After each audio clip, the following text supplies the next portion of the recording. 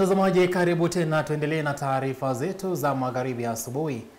Mvulana mmoja mwenye umri wa miaka 15 anauguza majeraha mabaya katika hospitali moja mjini Busia. Hii ni baada ya kupigwa na nguvu za umeme alipokuwa akienda mtoni.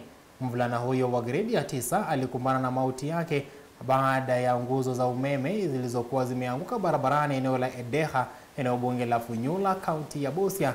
Familia ya mvulana huyo inashutumu shirika la kusambaza umeme humu nchini Kenya Power kwa kutoshughulikia swala hilo kwa haraka pindi tu mti huo ulipoanguka. Changu ni kwa watu wa Kenya Power ingilie kati, wajue jinsi mtoto huyu anavyotibiwa na waweze kujua kwamba huyu mtoto sasa atakaa namna gani, sababu sasa hivi ako kwa kitanda hospitalini, amelazwa, wenzake wa shuleni wanasoma. Wakati mtoto wangu Gift alikuwa anaenda mtoni, alipokumbana na waze stima zilikuwa barabarani. So alikuwa anapita venye wengine walikuwa anapita, lakini akiwa katikati umeme ulirudi, ndipo ukamchapa akaanguka.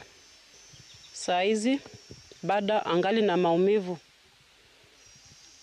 amekatwa vidole na bado wanataka waende watengeneze kichwa.